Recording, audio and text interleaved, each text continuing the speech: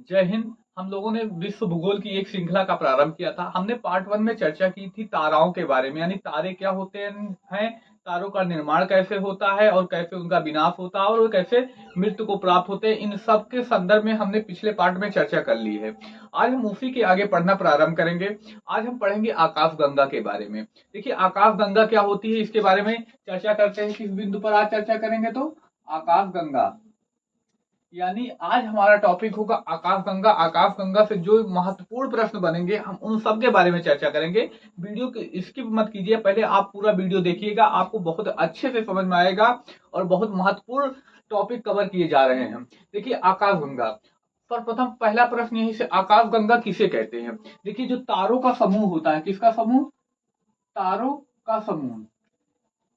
जो तारों का समूह होता है उसी को आकाशगंगा कहते हैं। अब प्रश्न बनता होगा तारे क्या हैं? तो आपने पिछला वीडियो नहीं देखा तो उसको देख लीजिए, तो एक क्रम बन जाएगा जिससे आपको बहुत अच्छे से समझ में आएगा कि ये तारे क्या होते हैं। देखिए, तारों के समूह को क्या कहा जाता है? आकाशगंगा कहा जाता है। अब प्रश्न ये बनता है कितने तारे होंगे, कितने तारों के समूह को? यानी 100, लगभग 100 अरब। कितने? लगभग 100 अरब तारों के समूह को एक आकाशगंगा कहते हैं। ध्यान दीजिएगा, बहुत बड़ा फिगर है। 100 अरब तारों के समूह को क्या कहा जाता है? तो एक आकाशगंगा कहते हैं। यानी मात्र 100 अरब तारे मिलेंगे तो एक आकाशगंगा का निर्माण होगा। और ब्रह्मांड में ऐसी अरबों आकाशगंगा पाई जाती हैं, तो उनमें ऐसे अरबों तारे होंगे। आप अनुमान लगाइए कि 100 अरब तारों के समूह को क्या कहते हैं? आकाशगंगा। और ऐसे अरबों क्या है? आकाशगंगाएं पाई जाती हैं। तारों की संख्या कितनी होगी? बहुत सारी होगी। सूर्य उसका मात्र एक, जैसे विश्व में एक धूल का कण होता है, सूर्य इतना बराबर है। आइए आगे चर्चा करते हैं। इससे कौन से प्रश्न बनते हैं? पहला प्रश्न यही बन जाता है, आकाशगंगा किसे कहते हैं? तारों के समूह को चर्चा कहते हैं। आइए हम कुछ आकाशगंगाओं के बारे में चर्चा करें। देखिए, आकाशगंगा क्या होंगी। ये मान लीजिए पहली आकाशगंगा, ये दूसरी आकाशगंगा, ये तीसरी आकाशगंगा। चलिए, अब जो जो प्रश्न आकाशगंगा से संबंधित बनते हैं हम उन बिंदुओं पर चर्चा करते हैं। सबसे पहले हमारे पास जो होंगी आकाशगंगा उसका एक नाम होगा। जैसे मान लीजिए हमारे इस रूम में यानी इस क्लास में जो व्यक्ति होंगे उनका हम अच्छे से नाम जानते होंगे, उनका एक परिचय भी होगा। लेकिन जो दूर से दिखाई दे रहे होंगे उनके बारे में बहुत विशेष परिचय नहीं मिलेगा। जैसे मान लीजिए, जैसे सड़क है, सड़क पे कोई जा रहा है व्यक्ति, तो उसके बारे में हमें क्या पता कौन जा रहा है कौन नहीं। लेकिन अगर वही व्यक्ति हमारे पास है तो उसका एक विशेष नाम होगा, उसकी एक पहचान होगी जिस पहचान से हम उसको जानेंगे। उसी प्रकार यहाँ पर भी है, बहुत सारी आकाशगंगाएं हैं लेकिन जो हमारी है हमने उसका एक नाम दे रखा है। हमारी आकाशगंगा का नाम क्या है? हमारी आकाशगंगा का नाम क्या है? मंदाकिनी। यानी हम जिस आकाशगंगा में रहते हैं, कौन सी आकाशगंगा है? तो मंदाकिनी। हमारी आकाशगंगा नाम क्या है? मंदाकिनी। और इसी को इंग्लिश भाषा में यानी इंग्लिश मीडियम वाले बच्चे जो है क्या कहते हैं? मिल्की वे। क्या कहते हैं? तो मिल्की वे। अब हिंदी मीडियम वालों को की आदत होती है कि वो इंग्लिश का ट्रांसलेट जरूर करते हैं, तो इसका भी ट्रांसलेट किया गया है। क्या होता है इसका? दुग्ध मेघला। क्या होता है इसका नाम? तो दुग्ध मेघला। यानी हमारी मंदाकिनी के 3 नाम मिलते हैं। कौन कौन? मंदाकिनी, यानी हमारी आकाशगंगा के 3 नाम कौन? मंदाकिनी, इंग्लिश भाषा में मिल्की वे, और इसी को का ट्रांसलेट जब किया गया इसका नाम क्या रखा गया? दुग्ध मेघला। यानी प्रश्न यहीं पे पूछा जाता, हमारी आकाशगंगा का नाम कौन सा है? तो हमारी आकाशगंगा का नाम मंदाकिनी, जिसको मिल्की वे या दुग्ध मेखला कहते हैं। अब जो अगला प्रश्न बनता है कि हमारी जो मंदाकिनी है इसका आकार कैसे है? हमारी मंदाकिनी का आकार कैसा है? तो सर्पिलाकार। कैसा है? तो सर्पिलाकार। हमारी आकाशगंगा का आकार कैसा है? सर्पिलाकार, जिसको इंग्लिश भाषा में स्पेरिकल कहते हैं। क्या कहते हैं? स्पेरिकल कहते हैं। क्या कहा जाता है? स्फेरिकल। यानी अब होता होगा, दिमाग में ये प्रश्न आया होगा, ये सर्पिला आकार क्या होता है। इसका मतलब समझते हैं, सर्पिला आकार क्या होता है। जैसे हम एक प्लेट लें और उसमें हम हजार हजार रुपए के सिक्के, एक एक करके सिक्के लें, अब उनको उस प्लेट में रखना हो तो क्या हम एक तरफ से रख सकते हैं? ऐसा नहीं है, एक के ऊपर हम ऐसे रखेंगे, एक परत रखे, जैसे मान लीजिए है प्लेट हो गई, इस पर सिक्के रखेंगे कुछ ऐसे, लेकिन एक समय ऐसा आएगा कि हजार सिक्के नहीं आएंगे, भर जाएंगे, तो इसके ऊपर हम क्या करेंगे, इस सिक्कों के ऊपर एक सिक्के रख देंगे। तो उसी प्रकार क्या है, यहाँ पर जो हमारी आकाशगंगा है, इसमें अरबों तारे पाए जाते हैं, और तारे इतने कम स्थान में नहीं आते, तो एक के ऊपर तारे रखे जाते हैं। यानी यानी यहाँ पर एक तारा है तो इसके ऊपर भी एक तारा होगा, यानी परत दर परत तारे रखे जाते हैं। ऐसी आकृति जो बनती है उसको क्या कहा जाता है, सर्पिलाकार। देखिए स्प्रिंग आप देखे होंगे, स्प्रिंग क्या होता है, घुमावदार बनाकर एक के ऊपर परत बनती चली जाती है, सेम उसी तरह क्या होता है, तो सर्पिलाकार हमारी मंदाकिनी का आकार होता है। यानी हमारी आकाशगंगा का नाम मंदाकिनी, मिल्की वे इसी को कहा जाता है, इसी को दुग्ध मेघला भी कहते हैं। इसका आकार कैसा है, तो सर्पिलाकार है। अब अगला प्रश्न, हमारी मंदाकिनी के सबसे करीबी मंदाकिनी कौन सी है। अगला प्रश्न जो बनता है, हमारी जो आकाशगंगा है, आकाशगंगा कौन, मंदाकिनी, इसके सबसे करीब कौन सी है, तो देवयानी। देवयानी, देवरानी नहीं, देवयानी।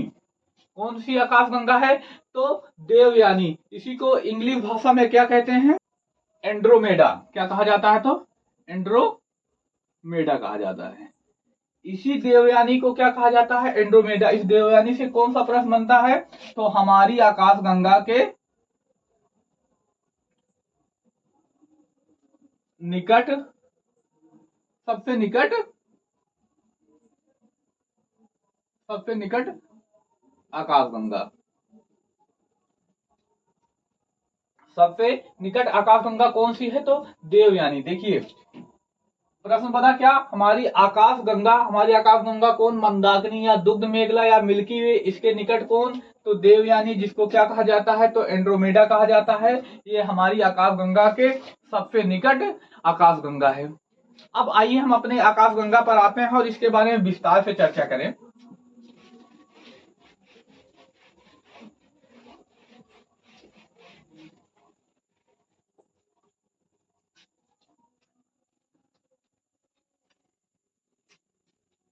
देखिए ये हमारी क्या है, आकाशगंगा है। अब हमारी पृथ्वी के सबसे करीब कौन सा पाया जाता है, तो सूर्य पाया जाता है। अब देखिए यहाँ पर क्या पाया जाएगा, सूर्य एकदम किनारे साइड, ये क्या होता है, तो सूर्य। एक तो क्या होता है, तो सूर्य। अब जैसे हमने सुना होगा, हमें पता भी होगा, पृथ्वी क्या होती है, सूर्य का चक्कर लगाती है। तो क्या सूर्य भी किसी का चक्कर लगाता है, जी बिल्कुल। जितने भी तारे हैं अपनी मंदाकिनी का चक्कर लगाते हैं, तो सूर्य भी एक तारा है, तो सूर्य भी क्या करता होगा, अपनी मंदाकिनी, यानी अपनी मंदाकिनी का चक्कर लगाता होगा। अपनी आकाशगंगा का, आप कीजिएगा, मंदाकिनी नहीं, आकाशगंगा, जितने भी तारे हैं वो क्या करते हैं, आकाशगंगा का चक्कर लगाते हैं। तो सूर्य भी अपनी आकाशगंगा यानी मंदाकिनी का चक्कर लगाता होगा। अब यह प्रश्न पूछा जा सकता है, कितने समय में सूर्य अपनी मंदाकिनी यानी अपनी आकाशगंगा का एक चक्कर पूरा करता है, तो एक चक्कर पूरा करने में इसको 25 करोड़ वर्ष लगते हैं। कितना वर्ष, 25 करोड़ वर्ष। यानी अगर सूर्य को अपना हैप्पी बर्थडे बनाना है तो कितने वर्ष का इंतजार करना पड़ेगा, तो 25 करोड़ वर्ष का इंतजार करना पड़ेगा। क्योंकि यह मंदाकिनी का एक चक्कर कितने समय पूरा करता है, तो 25 करोड़ वर्ष। इसी समय को, ये जो 25 करोड़ वर्ष है, इसी को कहते हैं कॉस्मिक ईयर। क्या कहा जाता है, कॉस्मिक ईयर। जो एक चक्कर लगाता है इसी को क्या कहा जाता है, कॉस्मिक ईयर। अच्छा, तब तक आप लोग कमेंट में बताइए, पृथ्वी जो है सूर्य का कितने दिनों में चक्कर लगाती है। देखते हैं कितने लोग बताते हैं, कमेंट करिए आप लोग। देखिए पृथ्वी जो है सूर्य का कितने दिनों में, 365 दिनों में एक चक्कर पूरा करती है। कितने दिनों में, तो 365 दिनों में एक चक्कर पूरा करती है। इसलिए इस 365 को क्या कहते हैं, सोलर ईयर, यानी सौर वर्ष। एक सौर वर्ष में कितने दिन? तो 365 दिन। क्यों कहा जाता है सौर वर्ष? क्योंकि पृथ्वी सूर्य का 365 दिन में चक्कर लगाती है। आइए इसके आगे चर्चा करें। आइए चर्चा करते हैं अपने मंदाकिनी से संबंधित और कौन से प्रश्न बनते हैं, आइए इनकी चर्चा करें। देखिए, ये जो सूर्य है यानी ये हमारी मंदाकिनी, मेघला या मिल्की वे है, इसमें क्या होता है, सूर्य से जो बहुत दूर है तारे हैं, क्या है, जैसे यहाँ इनसे बहुत दूर पाए जाते हैं तारे, यानी सूर्य से जो बहुत दूर तारे पाए जाते हैं उन तारों के समूह को क्या कहा जाता है? तो तारामंडल। क्या कहते हैं? तारामंडल। इनकी संख्या कितनी है? तो 89। कितनी संख्या है? तो 89 संख्या है। ध्यान दीजिएगा, तारों से जो बहुत दूर होंगे उनके समूह को क्या कहा जाएगा? तो तारामंडल। इनकी संख्या कितनी? 89 संख्या होती है। अब इनसे थोड़ा सा पास आते हैं यानी कुछ दूर पर जो पाए जाएंगे उनको क्या कहा जाएगा? नक्षत्र कहा जाएगा। नक्षत्र कहा जाता है। इनकी संख्या कितनी होती है? तो नक्षत्रों की संख्या 27 होती है। नक्षत्र कितने? 27 होते हैं।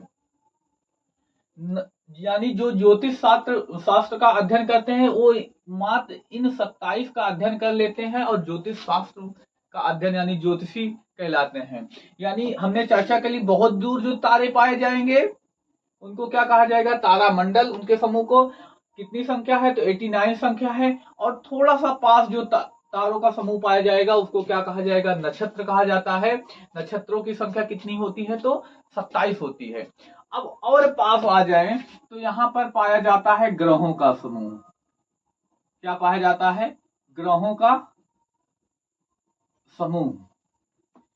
ग्रहों का समूह। और इन ग्रहों के समूह को क्या कहा जाता है? तो इन ग्रहों के समूह को सौर मंडल कहते हैं। वर्तमान में इन ग्रहों की संख्या कितनी है? तो 8 है, लेकिन पहले ये कितनी हुआ करते थे? तो 9 हुआ करती थी संख्या। हमने चर्चा की आकाशगंगा और अपनी आकाशगंगा, मंदाकिनी, दुग्ध मेखला और मिल्की वे, अपने पड़ोसी देवयानी के बारे में चर्चा की। और हमने चर्चा की जो सूर्य के पास तारों का समूह पाया जाएगा उनको तारामंडल, और जो थोड़ा सा पास पाया जाएगा नक्षत्र, और सूर्य के जो करीब ग्रह का समूह पाया जाएगा उनको क्या कहते हैं? तो सौरमंडल कहते हैं। इन सब बिंदु के बारे में चर्चा की। और इन ग्रहों के संदर्भ में कौन से ग्रह किसका चक्कर लगाते हैं, इन संदर्भ ने कई खगोल वैज्ञानिकों ने अपनी अपनी राय दी है। अब इन सब की चर्चा हम अगले वीडियो में करेंगे। उम्मीद करते हैं आप लोगों को यह वीडियो अच्छे से पसंद आया है, और पसंद आया हो तो अपने मित्र भाई बहन में शेयर कीजिए, और जो हमें कमियां रह गई हैं उनको कमेंट करके बताइए। हम आने वाले वीडियो में उसको दूर करने का प्रयास करते हैं। मिलते हैं अब अगले वीडियो में। इन ग्रहों के संबंधित जो परिभाषाएं यानी जो खगोल वैज्ञानिकों ने अपनी अपनी राय दी है, अपने अपने जो विचार प्रस्तुत किए हैं, उन सब की चर्चा हम अगले वीडियो में करेंगे। मिलते हैं अगले क्लास में।